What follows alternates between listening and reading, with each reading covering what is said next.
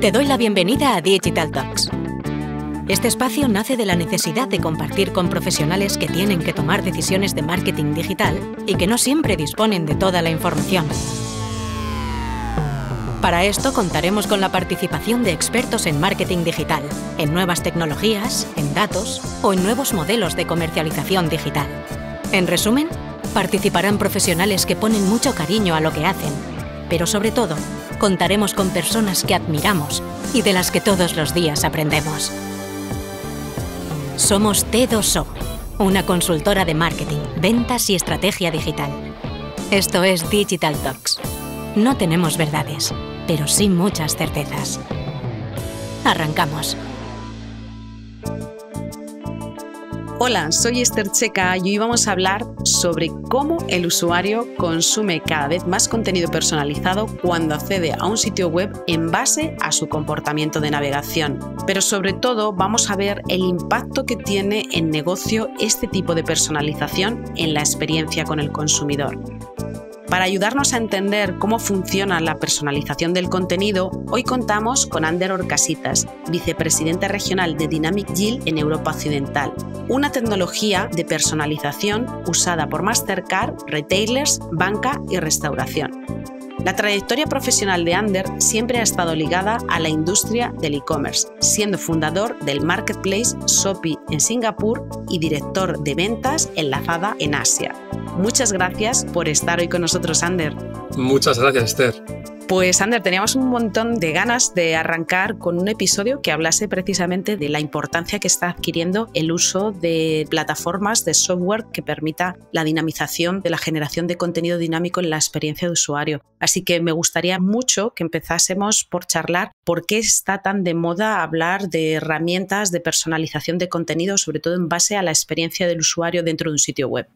Claro, Esther, si lo pensamos, el usuario ya está cada vez más acostumbrado por, digamos, redes sociales, por todo el contenido que consume, a ver elementos y contenido completamente individualizado. Si miramos, por ejemplo, la evolución de redes sociales estas últimas décadas, digamos, estas últimas 2 décadas, vemos que han ido desde redes sociales donde había posts más largos, más contenido, a, digamos, a un extremo como TikTok, por ejemplo, que es simplemente vídeos cortos individualizados para cada usuario. Vemos que, digamos, el attention span, esa capacidad de atención, está reduciéndose cada vez más. Luego, como marcas y como proveedores de experiencias digitales, digamos, para nuestros usuarios, la única solución es adaptarse a esa nueva necesidad de los usuarios, que es esa inmediatez o esa relevancia general. Cuando pensamos, por ejemplo, en las primeras páginas web hace 20 años, que muchas, como sabemos, son muy parecidas, eran como catálogos, ¿no? Pensábamos en el mundo pre-online, muchas páginas eran pues como catálogos imprimidos de los de siempre, pero, digamos, llevados a la web. Digamos, un catálogo para todo el mundo en el que tú tienes que buscar en la barra de búsqueda o en menús qué es aquello que tú quieres. Entonces, esto básicamente es una mentalidad que ya hasta un generación Z ya no va a tener. Un generación Z espera inmediatez en base a sus hábitos de consumo, a sus hábitos de navegación. Luego, esta personalización, digamos, que es algo nuevo, es porque, digamos, muchos de nosotros somos gente que se acuerda de cuando no había Internet. Para las nuevas generaciones, si pensamos a nivel mundial, la generación Z ya son un 40% de los consumidores. Y evidentemente esto solo va a aumentar. Para estos es nativo. Cuando navegan en cualquier red social o en cualquier periódico incluso, cuando pensamos en una tecnología como Dynamic Yield, que, digamos, lidera varios rankings como el de Gartner a nivel de personalización, varios periódicos estadounidenses la utilizan incluso para, digamos, testear el headline. Digamos, cuál debería ser el cabecero de la noticia que mostrar. Tengo la misma noticia, pero el resumen de la noticia, que es el titular, puede ser distinto por usuario, en base a qué interesa a ese usuario. Así es como empezó hace 10 años, con grandes periódicos, y luego muy rápidamente pasó a retail. Si tengo 500, 1000 productos, ¿qué debería enseñar a un usuario? Que si un usuario viene por primera vez a mi página online, ¿debería haber productos directamente o debería haber contenido? Entender qué es lo que puede ver en esta tienda. Y una vez que entienda algo, entonces mostrarle productos. La experiencia, digamos, la construcción o layout de la página va a cambiar, digamos, en base a quién es este usuario, qué puede ser relevante. Y luego llegamos a extremos como, por ejemplo, con nuestro cliente McDonald's, que ya personaliza incluso el MacAuto en base al tipo de coche o usuario que venga offline, en el que ya estamos personalizando el contenido de cada plataforma en tiempo real, ¿no? Entonces, quiero decir, esto es algo que está empezando, pero que ya es una necesidad del usuario y que se está viendo. Luego, esa es, digamos, la visión macro que veo en el mercado. En relación a esto que estás comentando aquí, Ander, el valor que pueden aportar estas herramientas a nivel de negocio depende del sitio web que se tenga. Es decir, ¿se puede utilizar tanto para un e-commerce como para un sitio informacional que no tiene un objetivo puramente de conversión? Claro, o sea, lo primero que hay que entender es que una tecnología de personalización avanzada no es siquiera, digamos, para una página web. Es muy común, por ejemplo, para sitios de información o para banca, por ejemplo, o incluso para periódicos, digamos, utilizarla en todos los canales, utilizarla, digamos, en cualquier medio digital, online u offline, que impacte al usuario. Por ejemplo, la mayor cadena de deportes de Europa, por ejemplo, la utiliza tanto offline en todas sus tiendas, en las apps del empleado, como online, por ejemplo, digamos, en todo lo que es su experiencia web, aplicación, canales externos, para, digamos, proporcionar esa experiencia no solo coherente, sino predictiva, ¿no? De aquello que va a querer ver el usuario. Al final, cuando pensamos en para qué se personaliza, digamos, un modelo de una tecnología de personalización va a optimizar la experiencia en base a una métrica primaria o varias métricas. Luego, en un periódico puede ser, digamos, engagement. ¿Cuántas noticias quiero que lea este usuario? Quiero que lea más noticias. O un usuario que nunca ha venido, quiero que dé clic a algo. No quiero que llegue y simplemente se vaya de la página. O un usuario, por ejemplo, offline, a un nivel McDonald's, quiero ampliar el carrito medio cuando llega un coche al MacAuto, por ejemplo. Y usa toda la información contextual, el momento, digamos, toda la información que tengamos del usuario y toda esta información para cargar ese menú en tiempo real cuando el usuario lo mira. Entonces, esta es, al final, la idea de la personalización en cualquier punto. Uh-huh. Y yo creo que la parte clave a entender, y sobre todo la gran diferencia, es que hasta ahora hemos vivido en un mundo de testing, ¿no? En un mundo de testeo. Yo creaba mis tests y había muchas empresas que hablaban de la cantidad de tests que crean cada semana o cada mes, en la que es un test de que, evidentemente, tengo que tener una hipótesis y yo creo un test en base a unos segmentos y determino un ganador. Entonces, lo que vemos cada vez más es que estamos entrando, digamos, yendo más allá de solo crear estos tests hacia la hiperpersonalización, hacia la individualización del contenido. Uh-huh. Entonces, en este caso, digamos, lo que va a hacer un Dynamic Yield es predecir una afinidad para cada usuario, a cada lifestyle, a cada categoría, a cada contenido, a cada promoción, a cada cupón de descuento. Digamos, tener una afinidad a todo esto desde un primer momento, incluso sin saber quién es el usuario, en base a un modelo predictivo, y ya ser capaz de cambiar la experiencia, digamos, que se muestra desde el primer momento al usuario, sin que éste lo pueda percibir. Esto es básicamente lo que nos lleva a esa hiperpersonalización. La pregunta que me surge aquí es si este tipo de herramientas a nivel de adaptación, ¿cómo se adaptan a nivel de interfaz? Si existe alguna particularidad de adaptación para un sitio web con respecto a una aplicación móvil, ¿hay alguna diferencia? Claro, y además hay un punto muy importante aquí, que siempre es, y tiene mucho que ver con la dependencia de IT. Aquí tenemos, digamos, todo lo que se trabaja en web. Tradicionalmente, la personalización en web, y lo mismo con el testeo web, era lo que llamamos completamente de front, como se dice. Luego teníamos inyecciones de JavaScript que ocurrían en el front. Marketing hacía un experimento en el front continuamente, y luego no necesitaban tocar el código fuente de una web, por ejemplo. Y después, cuando, digamos, tenían éxito, esto, digamos, lo ponían en la cola de IT que lo consolidaba, ¿no? Esto era el viejo mundo, digamos. ¿Cómo funcionamos ahora? Básicamente, una herramienta como Dynamic Yield tiene capacidades híbridas. Luego podemos personalizar algo en el front o personalizarlo en el back, que aunque esté en el código fuente, sigue siendo individualizado y puede cambiarse por marketing del mismo modo.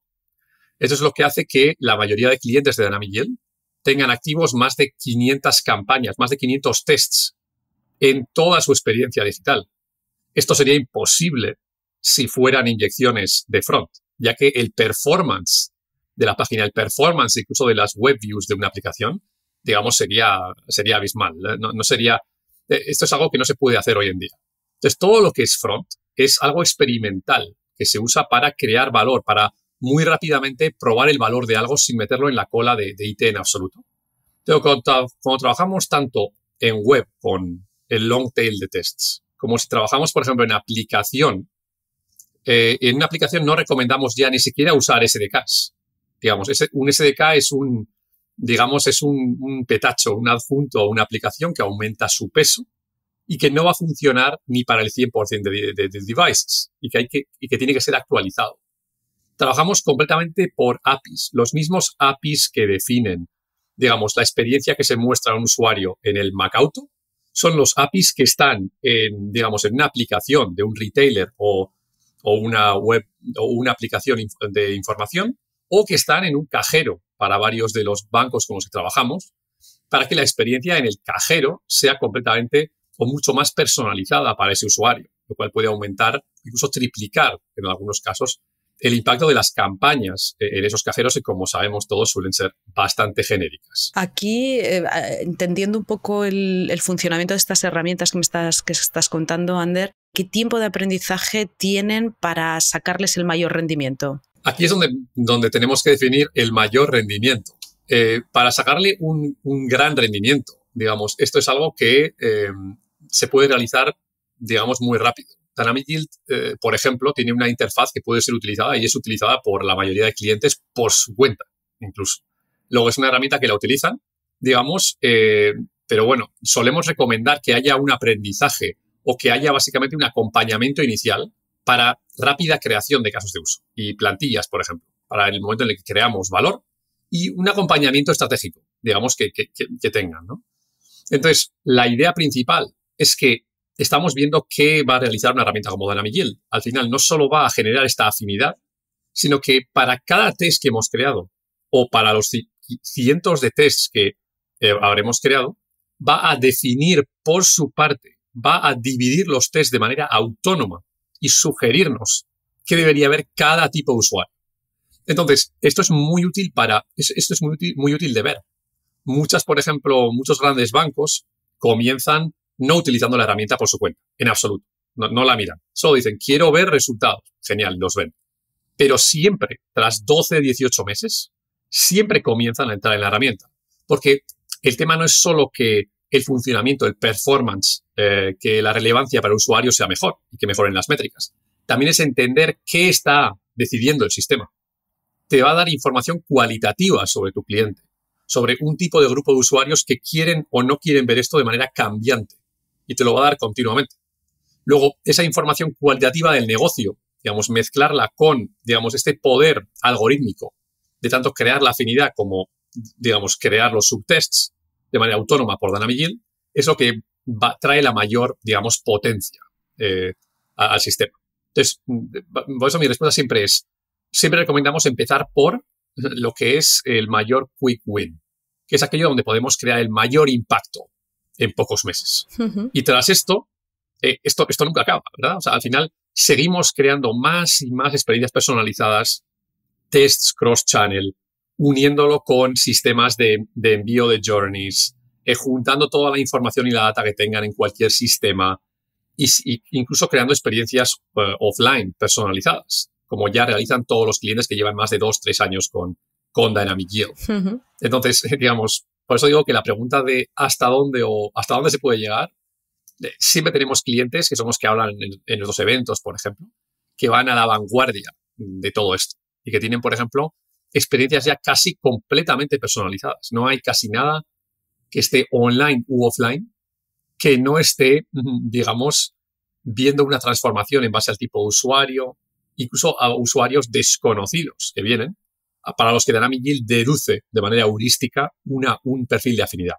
Aquí, en relación a esto último que estás comentando de perfiles que lo utilizan, la pregunta es, ¿existen o tenéis en mente perfiles específicos para sacarles el mayor partido a estas herramientas? Porque entiendo que también tiene que haber perfiles que entiendan muy bien la dinámica de comportamiento de la herramienta y la customización que se requiere de la misma. ¿Recomendarías algún tipo de perfil en concreto o cualquier perfil sería válido? No, sí que recomendaría a algún tipo de usuario que, o sea, para empezar, solemos recibir mucho la pregunta de qué equipo debería llevar esto. Y la respuesta es el equipo que tenga como KPI la conversión del medio digital que estamos personalizando, ¿no? Ya sea online o offline. Punto número uno, ¿quién tiene el KPI de la conversión, del funcionamiento, digamos, general, de la conversión de este medio? Punto número uno. Y luego, cuando hablamos, digamos, de quién es el PMO o la persona principal que lleva esto, la clave es una persona que entienda, digamos, una base de analítica o que tenga una base de analítica o contenido, que pueda entender qué funciona mejor, que, digamos, que dé a consultores también la visión interna del tipo de contenido que está funcionando mejor y que pueda, digamos, leer ese tipo de números más bien tirados a analítica que, digamos, que tienen que ver con esto. Y el segundo perfil que siempre recomendamos es una persona mucho más de merchandising, ¿no? Que en realidad que entienda el tipo de contenido o el tipo de producto o el tipo de noticia o el tipo de oferta o contenido que puede ir, digamos, con cada tipo de usuario, que cree la hipótesis inicial en base a la cual luego el algoritmo va completamente a definir o va a individualizar qué mostrar a cada usuario.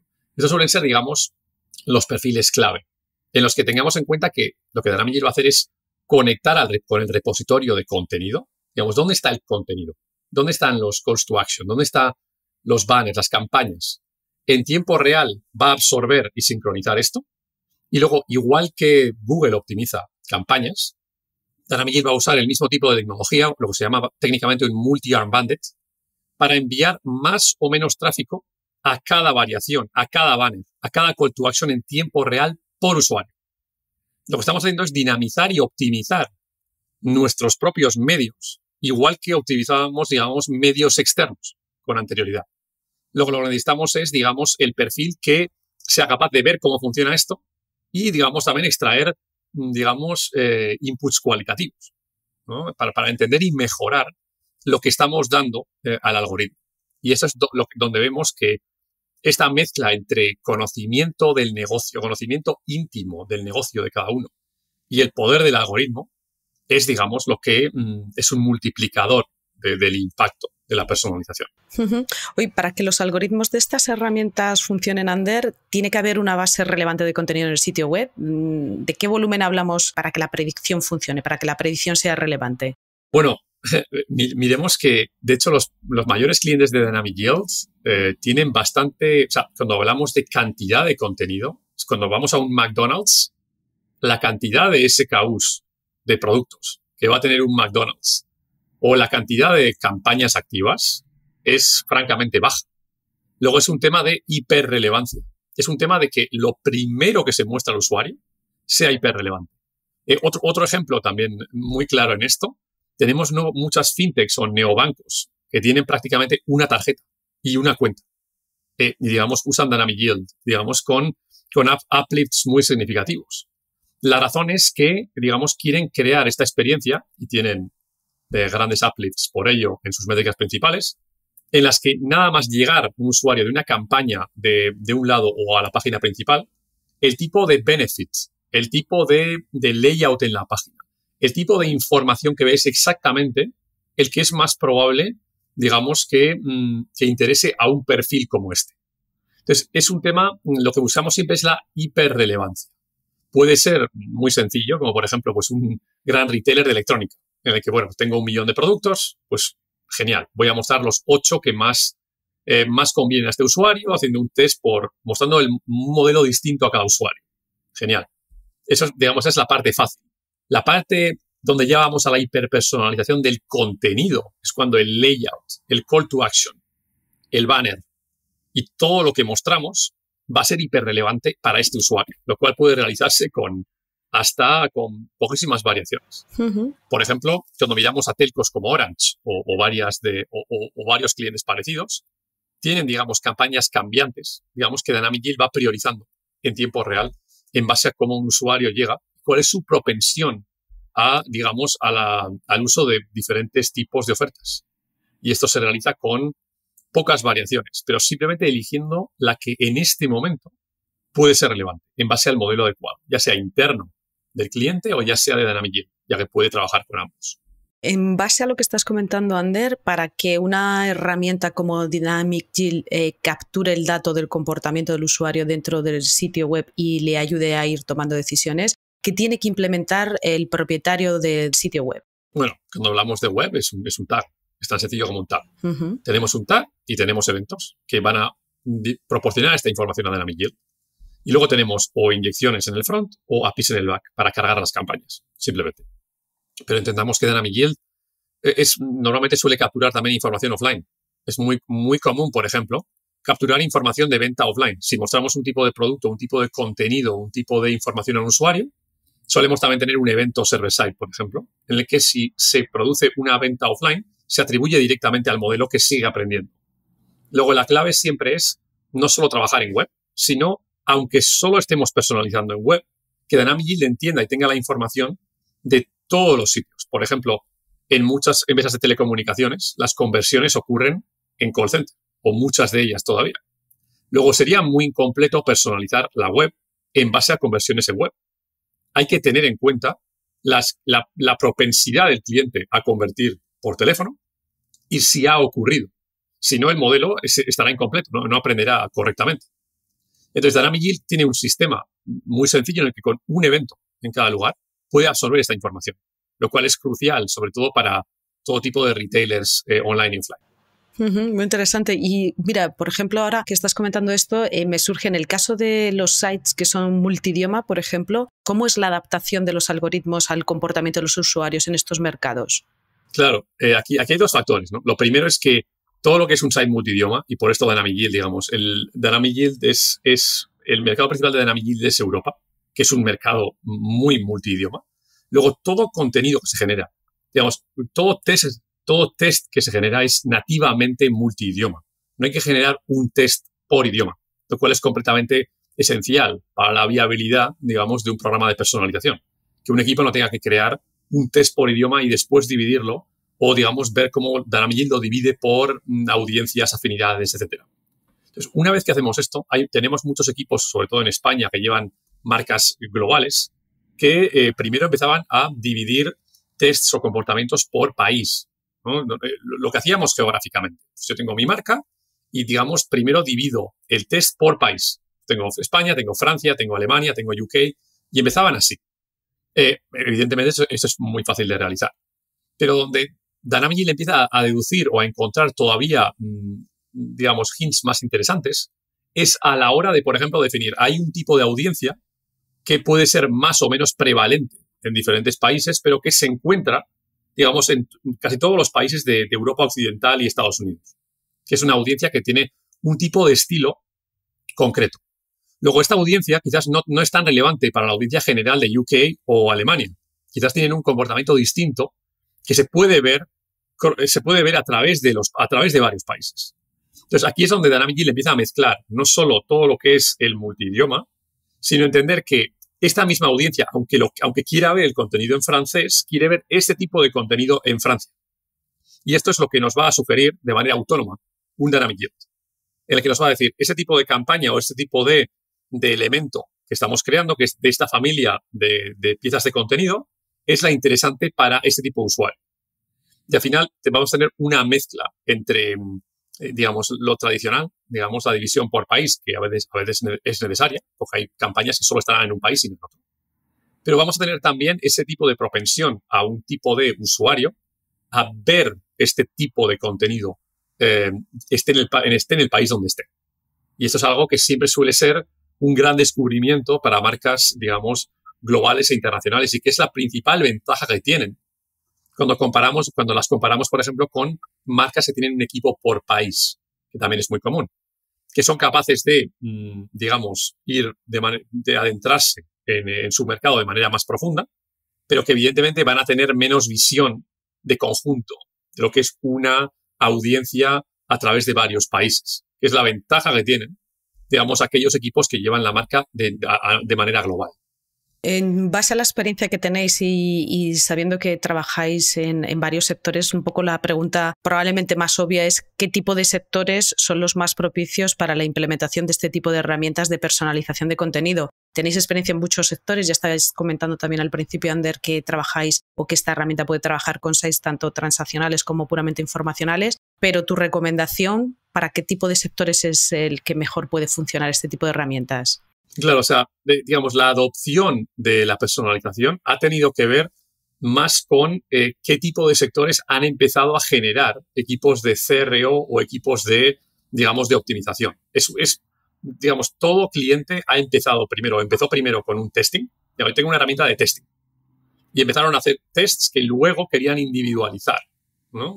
Entonces, digamos, aquellos sectores que han llegado ahí antes han empezado a adoptar tecnologías y han empezado a adoptar Dynamic Yield de manera natural. Digamos, el primero fue media, periódicos hace ya 10 años. Después tuvimos tuvimos retail.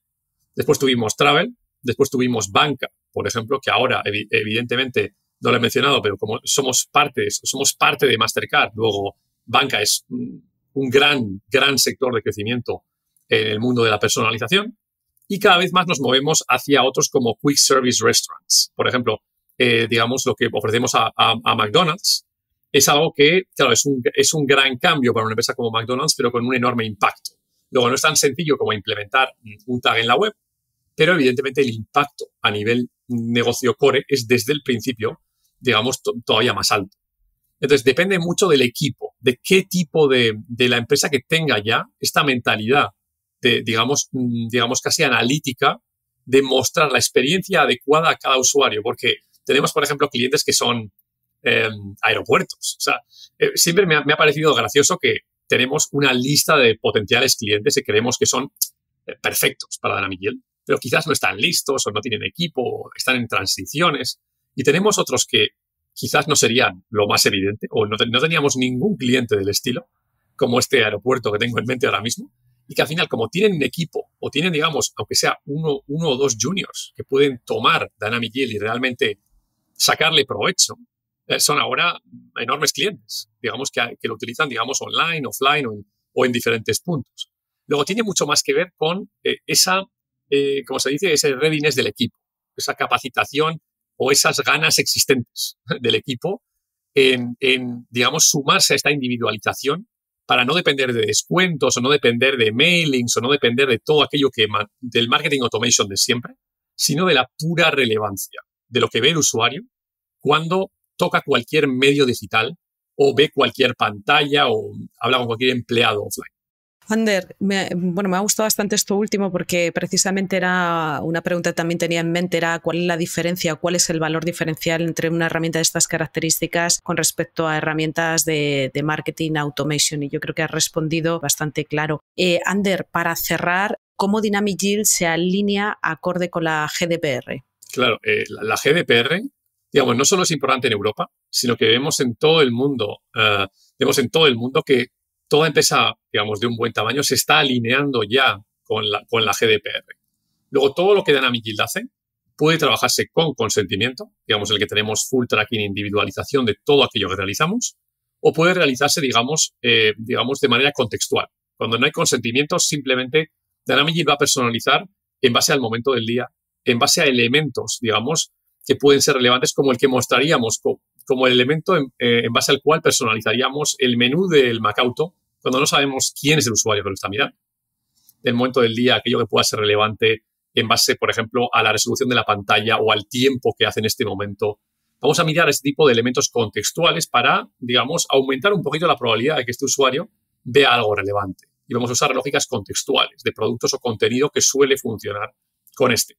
La idea siempre es trabajar en dos modos. Y tenemos ya grandes clientes que incluso necesitan que se renueve el consentimiento cada 6 meses. Y que, digamos, tenemos épocas de consentimiento, no consentimiento, y ser capaz de unificar todo ese dato es esencial.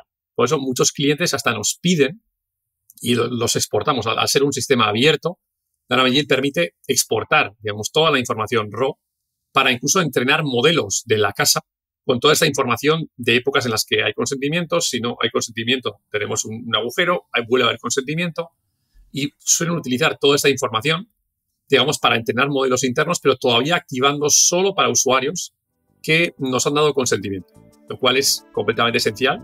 Y repito, no solo en Europa, sino ya, digamos, la GDPR es ya el gold standard de todo lo que es privacidad.